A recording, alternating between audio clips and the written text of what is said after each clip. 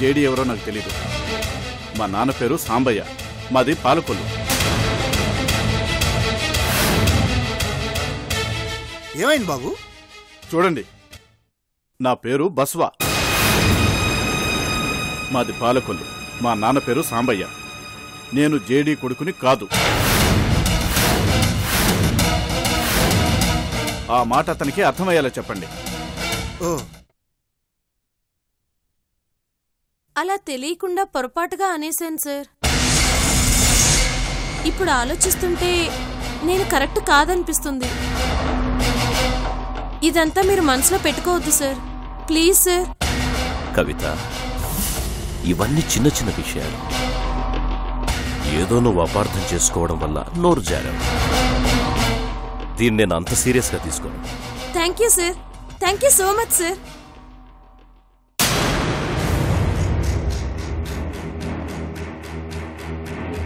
ఏమైనాదిరా? ఎవరా ఫోన్లో? సారథి ఇచ్చిన పార్టీ నుంచి నా ఫ్రెండ్ కవిత. నాయన, అంత టెన్షన్గా ఉన్నావు, విషయం ఏందంట? మైథిలి గురించి. పార్టీకి మైథిలి బసవతో కలిసి వెళ్ళిందట. అసలు ఈ బసవేవుడు నీ కోడలు వాడితో కలిసి ఆడటమేంద్రా? తులసి అక్క కొడుకు. మైథిలి అటు ఇటు ఊగిసలాడుతోంది. వాళ్ళని బంధువులా ఫీల్ అవుతుందని చెప్పాను కదా నాయన. వద్దని వారించినా నా మాట వినడం లేదు. అసలు ఆ బసవగాడితో వెళ్లాల్సిన అవసరం ఏంటో నాకేం అర్థం కావడం లేదు. ఆ ఎమ్మి నాకు నచ్చటం లేదురా.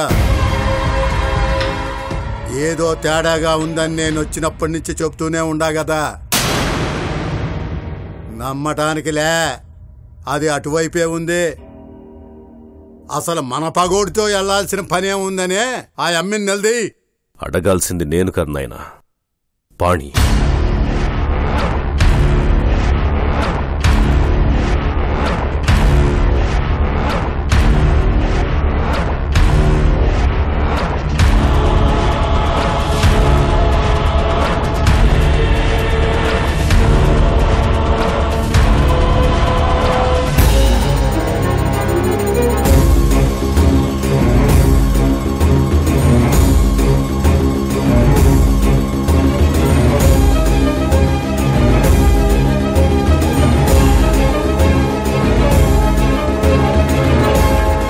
కోసమే చూస్తా ఉండా మనవడా. నీ పెండ్లాం ఏం చేసిందో చూడు. మన పగోడు ఆ బసవగాడితో కలిసి పార్టీకి పోయినదే.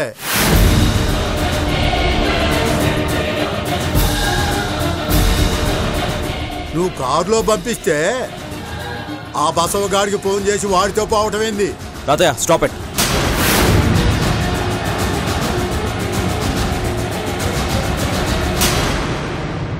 మీరు అనవసరంగా మైథిలిని బ్లేమ్ చేస్తున్నారు.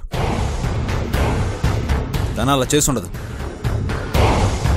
మీకేదో ఫాల్స్ ఇన్ఫర్మేషన్ వచ్చి ఉంటుంది. కరెక్ట్ ఇన్ఫర్మేషనే వచ్చినాదిరా మనవడా. డైరెక్ట్గా పార్టీ నుండి మీ నాయనకు ఫోన్ చేసి చెప్పిండ్రు. ప్లీజ్ తాతయ్య, తను ఏ పరిస్థితుల్లో అలా వెళ్లాల్సి వచ్చిందో వచ్చిన తర్వాత తన్నే అడిగి కనుక్కుందాం. మీరు అనవసరంగా ఏవేవో ఊహించుకోకండి.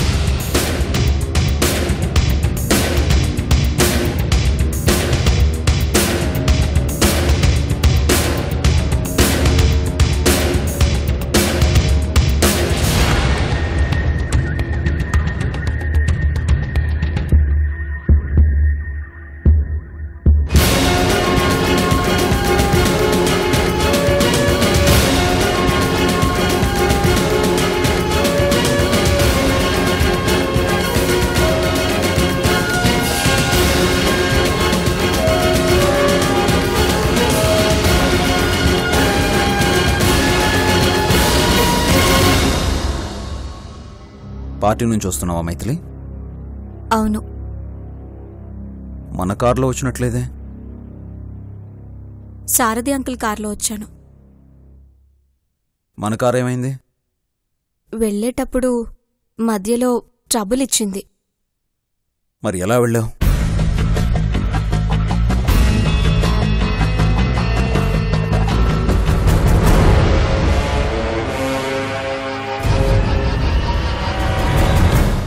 ఆటోలో వెళ్ళాను.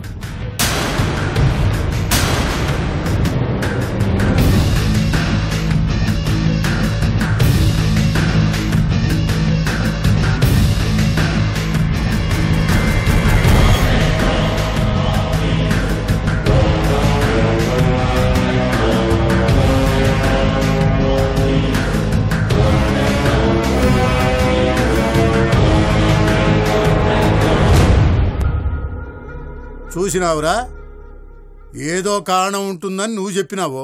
అసలు బసవతోనే పోలేదని అబద్ధం చెప్పిపోయినది. పెండ్లాం పెనిమిడితో అబద్ధం చెప్పింది అంటే దాని అర్థమేందిరా మనవడా? ప్లీజ్ తాతయ్య, ఇంకేం మాట్లాడొద్దు. మైథిలి మీద మీకు సదాభిప్రాయం లేదు. ఎప్పుడు చూసినా ఏదో ఒక వంక చెప్తూనే ఉంటారు. మైథిలి ఎప్పుడు అబద్ధం చెప్పదు. మైథిలి అంటే నాకు ప్రాణం. మైథిలి గురించి ఇంకొక మాట మాట్లాడినా నేను తట్టుకోలేను.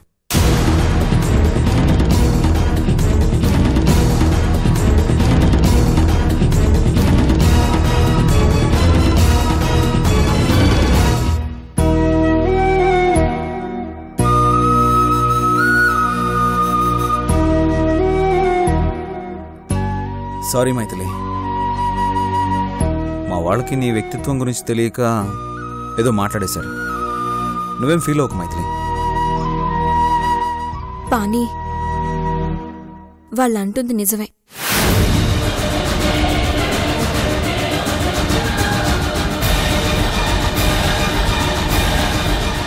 నిజం పానీ, ఫంక్షన్కి వెళ్ళాలని కార్ తీసుకుని బయలుదేరాను. మధ్యలో కార్ చెడిపోవటంతో ఏం చేయాలో పాలుపోలేదు. నీకు ఫోన్ చేశాను, నీ ఫోన్ కలవలేదు. ఒక్క వెహికల్ కూడా రాలేదు. అంతలో అటుగా వెళ్తున్న బసవ నన్ను చూసి నన్ను డ్రాప్ చేస్తానన్నాడు. కానీ నువ్వంతగా చెప్పిన తర్వాత కూడా అతనితో వెళ్ళటం నాకు నచ్చలేదు. మీ మాటకి, మావయ్య గారి మాటకి గౌరవం ఇవ్వాలన్న తపనతో ఫంక్షన్కి అటెండ్ అవ్వాలని అతనితో వెళ్ళాను, కానీ కావాలని వెళ్ళలేదు. పానీ, నీ భార్యగా నేను తప్పు చేయొచ్చు, కానీ ఒక ఆడపిల్లగా నేను చేసింది తప్పో కాదో ఒక్కసారి ఆలోచించు. మైథిలి, నీ మాట అంటే నాకు విలువ ఉంది. నీ మీద నాకు నమ్మకం ఉంది. మా డాడీ ఎంతో, నాకు నువ్వు అంతే. నువ్వు వాడి బైక్ మీద వెళ్ళాను అనే దానికంటే నాకు అబద్ధం చెప్పావని నేను ఎక్కువ ఫీల్ అవుతున్నాను మైథిలి. ఎందుకో తెలుసా, నా మైథిలి నాకు అబద్ధం చెప్పదని స్ట్రాంగ్గా బిలీవ్ చేస్తున్నాను. ఇప్పటికీ చేస్తున్నాను కూడా. కారణం, నేను వేరు, మైథిలి వేరు కాదు. హార్ట్లు వేరు కావచ్చు, కానీ హార్ట్ బీట్ మాత్రం ఒకటే. ఆ ఒక్కటే ఎప్పటికీ ఒక్కటిగానే ఉండాలని, అలా నువ్వు ఉంచుతావని నేను నమ్ముతున్నాను మైథిలి. మా నాన్న గురించి మా అమ్మ అబద్ధం చెప్పింది. అప్పటినుంచి అబద్ధం నాకు బద్ద శత్రువు అయింది, అమ్మలాగా. నీ విషయంలో నేను ఏదైనా ఎక్స్క్యూజ్ చేస్తాను మైథిలి, ఒక్క అబద్ధం తప్ప. నాకంటే నిన్ను నేను ఎక్కువగా నమ్ముతాను కాబట్టి అందుకే చెప్తున్నాను. ఇంకెప్పుడు నీ నోటి నుంచి నేను అబద్ధం వినకూడదు. పానీ, మైథిలి, నీ ఎక్స్ప్లెనేషన్ కోసం నేను ఇదంతా మాట్లాడలేదు. నా పాయింట్ ఆఫ్ వ్యూలో నిన్ను నేనెంత బిలీవ్ చేస్తున్నానో చెప్పడం కోసమే ఇదంతా చెప్పాను.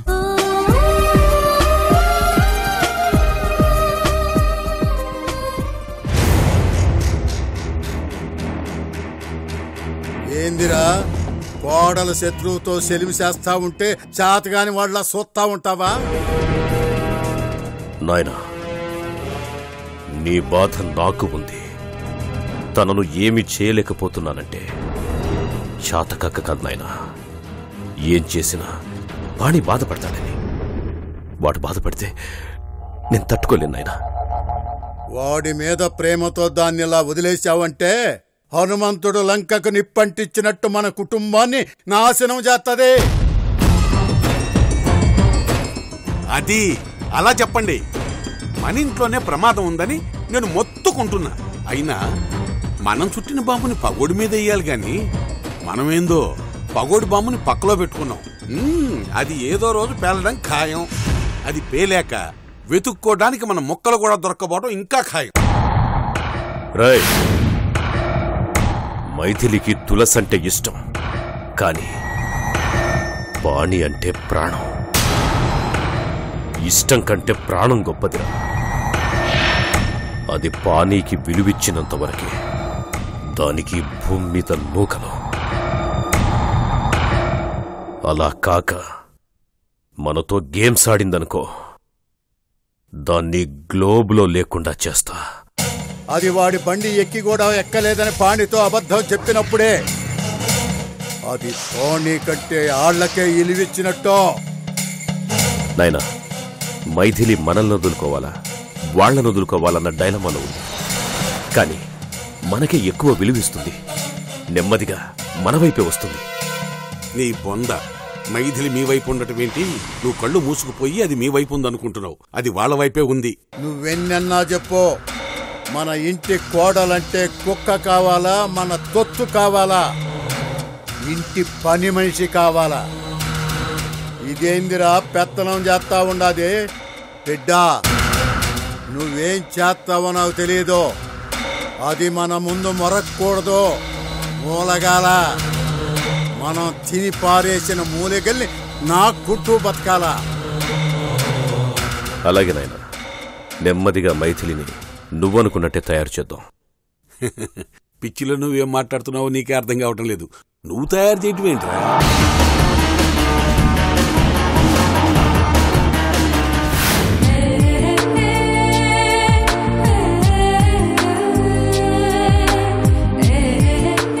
సూర్య, ఇవాళెందుకో చాలా హ్యాపీగా కనబడుతున్నట్టున్నావు. అవును నీలా, మనసంతా సంతోషంతో తేలిపోతుంది. దేనికో? ఇన్నాళ్ళు మావయ్య పేరు మీదున్న అనాథ శరణాలయం ఓ సమస్యగా ఉండేది. అదెక్కడ మూతపడుతుందో అని అమ్మా నాన్న దానికోసం ఎన్నో ఇబ్బందులు పడ్డారు, కష్టపడ్డారు. బామ్మతో మాటలు కూడా పడ్డారు. ఇప్పుడు ఆ అనాథ శరణాలయానికి శాశ్వతంగా పరిష్కారం దొరికింది. ఎలా? ఓ దేవత వల్ల. దేవత? అవును నీలా, డొనేషన్ ఇచ్చిన వాళ్ళు ఓ దేవత వచ్చి మా మనసు మార్చిందని చెప్పారు. నిజంగా అంత మంచి మనసున్న ఆ దేవత నా కళ్ళ ముందుకొస్తే వస్తే ఏం చేస్తావు? చేతులెత్తి దండం పెడతాను. ఎందుకలా? ఒకవేళ మీకంటే చిన్నమ్మాయి అయితే? వయసు కాదు నీలా, మంచి మనసున్న వాళ్ళకి వయసు తక్కువైనా గౌరవం ఇస్తే తప్పులేదు.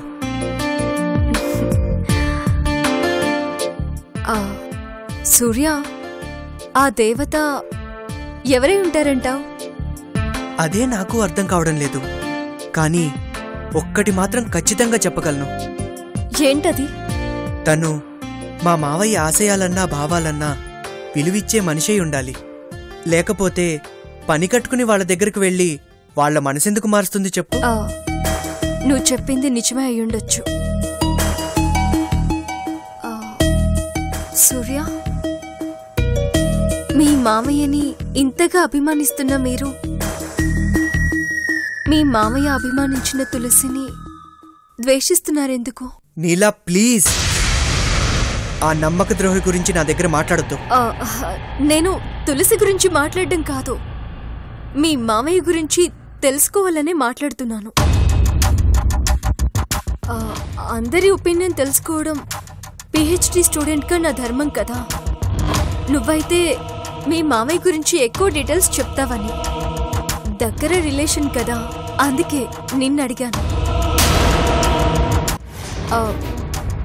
ఆస్తంతా తులసి పేరు మీద రాసి మీ మావయ్య మోసపోయాడని నువ్వంటున్నావు. తులసిని ఎంతగా నమ్మకపోతే మీ మావయ్య ఆస్తి రాసుంటాడంటావు. ఎంత ప్రేమించుండకపోతే అంతగా నమ్మాడంటావు. మీ మామయ్య ఏదైతే తన జీవితాశయం అనుకున్నాడో దాన్ని తులసి చేతుల్లో పెట్టాడు అంటే వాళ్ళ ప్రేమ ఎంత గొప్పదై ఉండాలి. వాళ్ళ మధ్య ఎంత నమ్మకం ఉండాలి. ఒకసారి ఆలోచించు సూర్య. ఎవరో ఏదో అన్నారని దాన్నే నమ్మేసి ఊరి జనమంతా తులసి ఆనంద్ గారిని మోసం చేసింది అనుకుంటుంటే చివరికి మీ కుటుంబ సభ్యులు కూడా నిజానిజాలు తెలుసుకోకుండా నిందలు వేయడం ఎంతవరకు కరెక్ట్ సూర్య?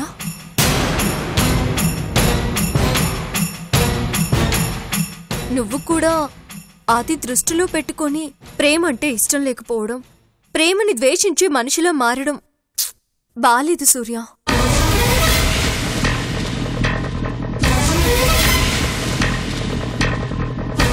నువ్వు మా మావయ్య మీద పిహెచ్డీ చేయడానికి వచ్చావా, లేక ఆ తులసి తరపున వత్తాసు తీసుకుని దాని తరపున మాట్లాడడానికి వచ్చావా? అది కాదు, అన్ని కోణాల్లో ఆలోచించి టీసీ సబ్మిట్ చేయాలిగా. అందుకే తులసి కోణంలో ఆలోచిస్తున్నాను. ఆలోచించేంత గొప్ప మనిషి కాదా తులసి. అదో మోసగత్తె, డబ్బు పిశాచి. నిజంగా మావయ్య మీద ప్రేమే ఉంటే ఆ జేడీగాడిని ఎందుకు పెళ్లి చేసుకుంది? ఆస్తంతా వాడి పేరు మీద ఎందుకు రాసింది? తులసి మోసపోయి ఉండొచ్చుగా. అది మోసం చేసేదే కాని మోసపోయేది కాదు. తనకి ఆ జేడీగాడికి పుట్టిన కూతుర్ని మా మావయ్య కూతురని నమ్మించడానికి ప్రయత్నించింది. దాన్నేమనాలి? మోసగత్తనక. సూర్య, ఆవిడ చెప్పింది కూడా నిజమై ఎందుకుండకూడదు? నిజమంటానికి నీ దగ్గర సాక్ష్యం ఉందా? అబద్ధం అనడానికి నీ దగ్గర సాక్ష్యం ఉందా సూర్య? కొన్నిటికి సాక్ష్యాలు అవసరం లేదు, మనస్సాక్షి చాలు. మనస్సాక్షిని అడ్డం పెట్టుకొని మనం అనుకున్నదల్లా నిజం అనుకుంటే ఎలా? కొన్ని నిజాలు ఆలస్యంగా వెలుగులోకొస్తాయి. కొన్ని అబద్ధాలు తొందరగా మనుషుల్ని చీకట్లోకి నెట్టేస్తాయి. అంటే తులసి గురించి మేం తప్పుగా అర్థం చేసుకున్నామంటావా?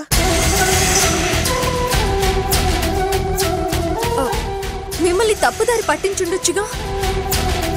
ఎంతసేపు తులసి మోసం చేసింది అంటారే గాని అసలు తులసి వైపు నుంచి ఎందుకు ఆలోచించరు? నిజంగా తులసి ప్రేమించిందా, మోసం చేసిందా, మోసపోయిందా అని ఒక్కసారి ఆలోచించండి.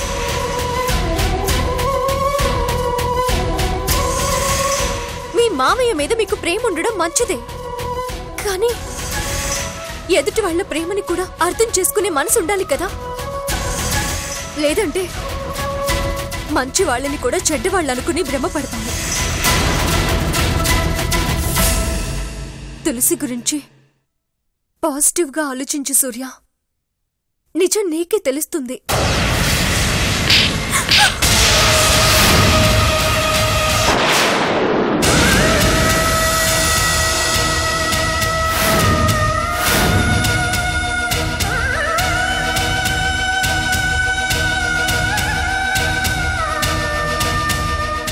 వద్దు, అసలు నువ్వు ఈ ఊర్లోనే వద్దు. ఇప్పుడే వెళ్ళిపో. నా కళ్ళ ముందు కనపడొద్దు. తులసి గురించి మంచిగా మాట్లాడేవాళ్ళు ఈ ఊర్లో ఉండకూడదు. వెళ్ళిపో.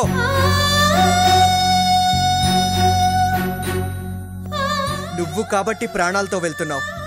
ఇంకెవరైనా అయ్యుంటే చంపేసేవాణ్ణి. వెళ్ళిపో.